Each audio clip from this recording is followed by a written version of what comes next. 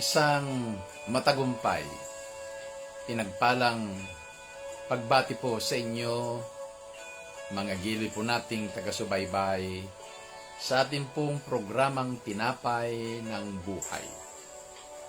Ito ang inyong kapatid kaibigan, Bishop Vic Rabara, na patuloy po na nag-aanyaya sa inyo sa ilang minuto para sa ating pagbubulay-bulay sa mga salita po ng ating Panginoon. Kumusta po kayo? Nandito man po kayo sa Pilipinas, sa Luzon, Visayas, Mindanao at sa ibang panig ng mundo. Salamat sa inyong panunood.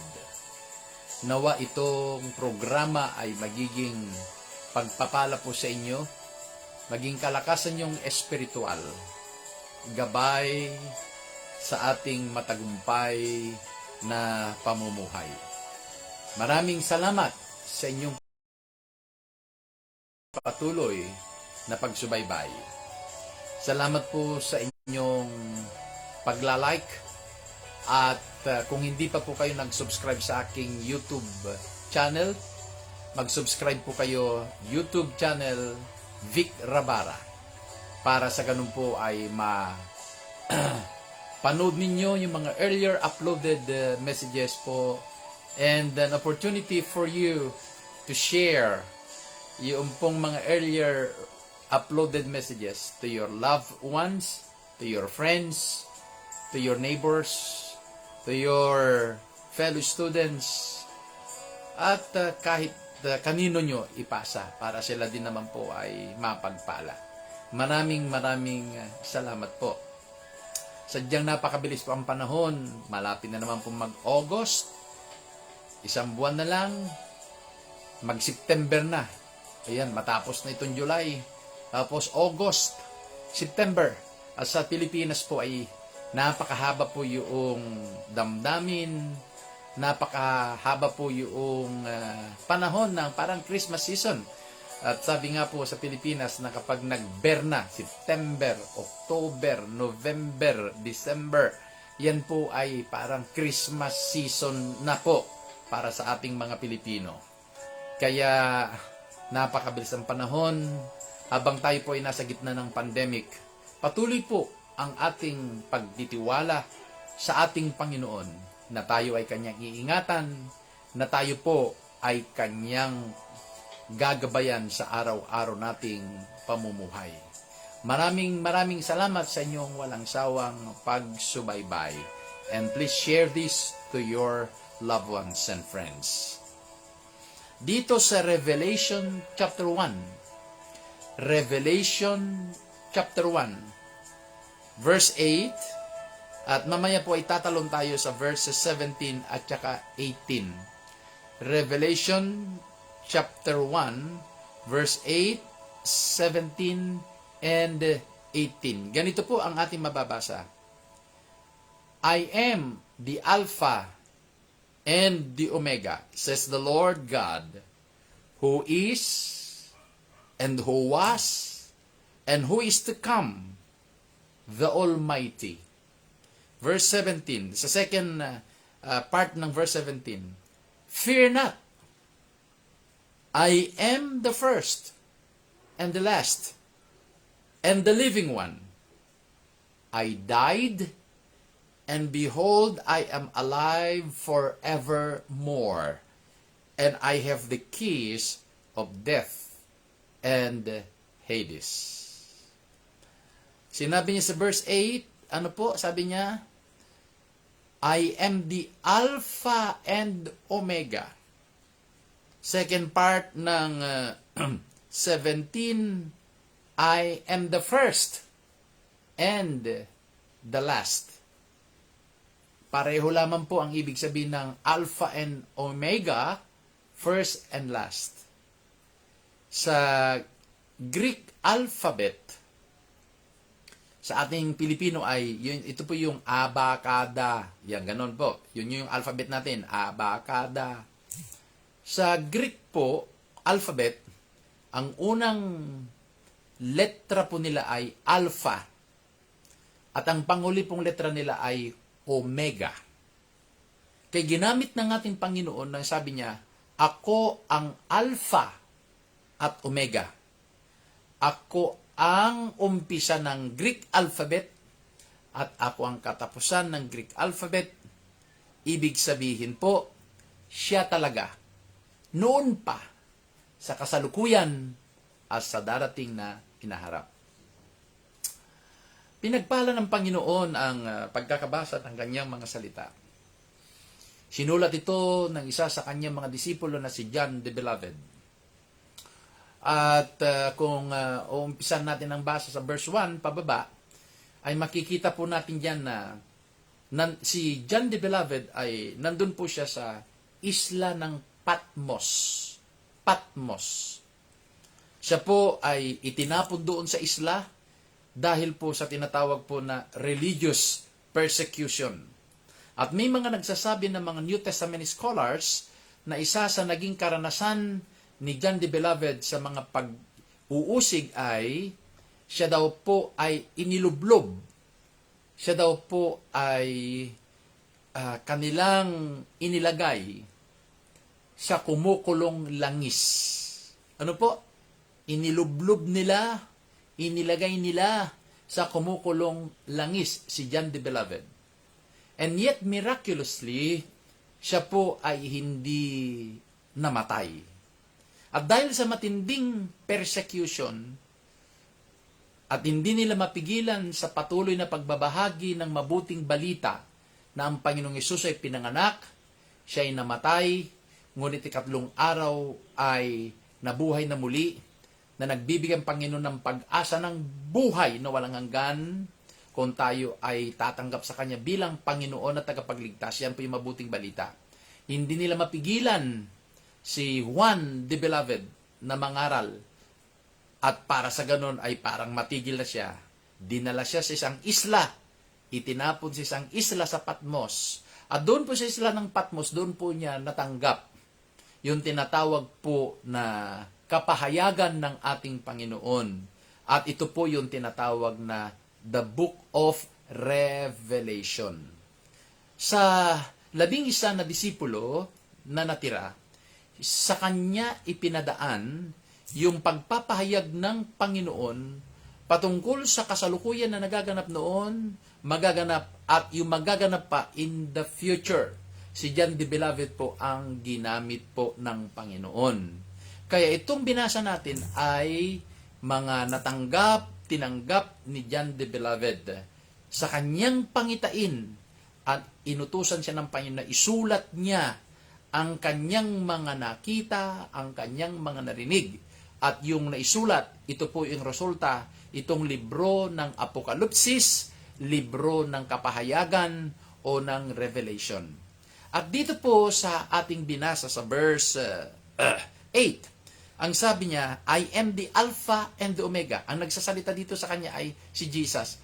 Ako ang unang letra ng Greek alphabet at ako din yung huling letra ng Greek alphabet, Alpha and Omega. At ang sabi nga niya dito, who is, sa kasalukuyan, who was noon pa, and who is to come, doon pa lang. In other words, yung sinabi doon sa Hebrews chapter 13 verse 8, that Jesus is the same yesterday, today, and forever. He was God in the past, He is God today, and He is God forever and ever. The Alpha and the Omega. Walang nauuna sa Kanya, walang nahuhuli. He is the totality of life. He is the totality of creation. He is the very center of life and the creation of God. In fact, John says in the Gospel of John that without Him, kung wala si Jesus, nothing that we see now created. Ano po? Without Him. Dahil siya po ang naglikha. By Him and through Him, the world that we know was created by Jesus Christ. Kaya siya yung is, was, and tomorrow, or yung to come. Is, present, was, past tense, to come, future. Tingnan niyo po, kung paano po ipinakilala ni John the Beloved sa kanyang pagsusulat na ang ating Panginoong Hesus ay talagang siya po ay kasakasama na ng Ama. Yung katulad na isinulat din niya sa John chapter 1, in the beginning is the Word, and the Word was with God, and the Word was God. Nung pasimula ay ang berbo, at ang berbo ay kasama ng Diyos, at ang berbo ay ang Diyos. Sino ito? Sinabi ni John sa verse 14, and the Word became flesh. Nagkatawang tao ang berbo. Sino yung nagkatawang tao? Walang iba kundi si Jesus Christ. Kaya ni-reiterate, in-affirm sa kanya ng Panginoon kay John nung nandun siya sa Isle of Patmos that Jesus is the Alpha and Omega, the is, the present, the past tense, to come, the future. He is the same yesterday, today, and forever. Walang nauuna, wala nang masuli sa kanya. He is the totality. He is the very center of our life and the creation. At ang sabi pa niya dito sa verse 17, ang sabi niya, fear not, I am the first and the last. Fear not, I am the first and the last. Inulit niya sa ibang salita, yung sa verse 8, Alpha and Omega. Sa verse 17, the first and the last. Yan ang ibig sabihin ng Alpha, the first. The last, yun yung Omega. Ano po? Omega. At ang sabi niya dito, the living one. The living one. Sa verse 18, I died, and behold, I am alive forevermore, and I have the keys of death and Hades. Kita natin yung description, short, 3 verses, pero kitang-kita po natin yung pong bigat at yung pong linaw ng presentation that Jesus is not an ordinary person. He is both man and God.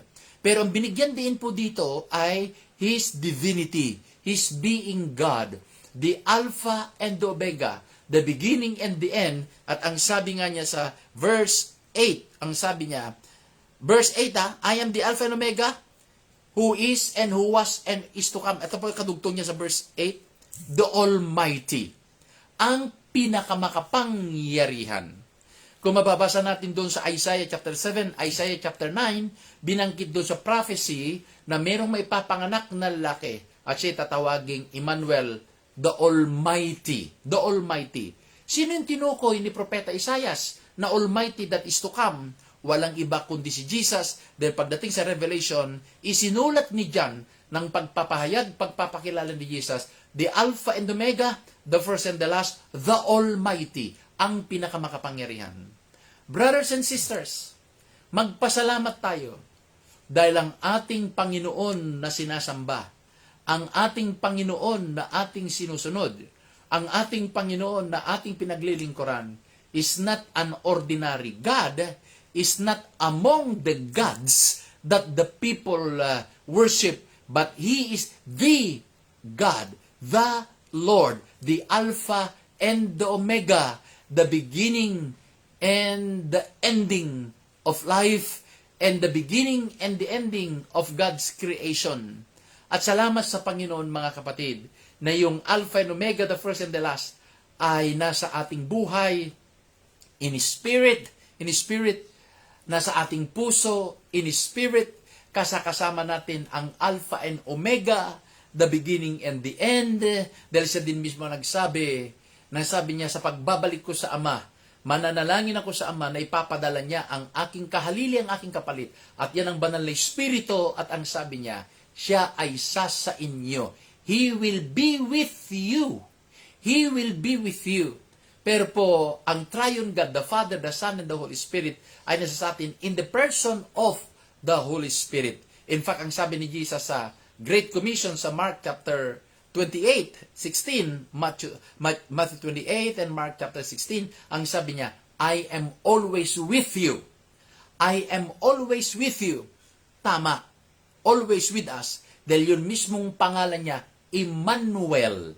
Nang ibig sabihin ng Emmanuel, God with us. Kaya po yung Almighty God, yung Emmanuel, the Alpha and the Omega, the beginning and the end, ay kasakasama po natin. Salamat sa ating Panginoon na hindi niya tayo iniiwan. si John the Beloved ay nasa panahon ng matinding pag-uusig, ang Panginoon ay kasama niya. The Alpha and the Omega. Kaya sabi niya, fear not. Huwag kang matakot. Fear not.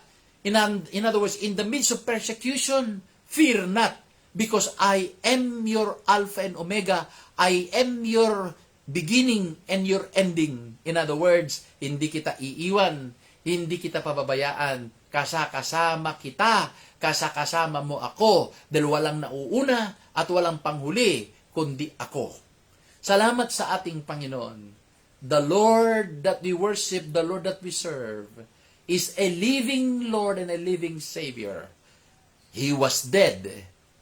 He is alive forevermore. Hallelujah, hallelujah, hallelujah. What an assurance from the Lord Himself. Nung siya'y magpahayag kay John the Beloved, when He revealed Himself. At salamat sa Panginoon, na isulat ni John the Beloved at ang Book of Revelation, itong libro ay testimony. Ang libro ay nagtetestify sa atin kung sino talaga itong Panginoong Jesus. Nawa itong Panginoong Jesus na ito ay tinanggap mo na siya bilang Panginoon at sariling tagapagligtas. At sa araw-araw ay sinasamahan ka niya, kasama mo siya. Sa panahon na may pagsubok, sa panahon na may mga pag-uusig at sa panahon ng pandemic, huwag nating kalilimutan. He is our Alpha and Omega. He is the beginning and the end.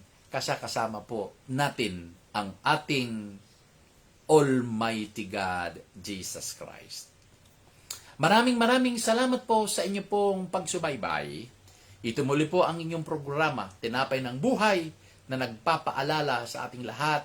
Mahal tayo ng ating Panginoon. Pagpalain po niya tayo. Nawa po ay maging maganda ang natitirang oras sa araw na ito sa inyo. Mag-ingat po tayo. Shalom to everybody. Maraming salamat po.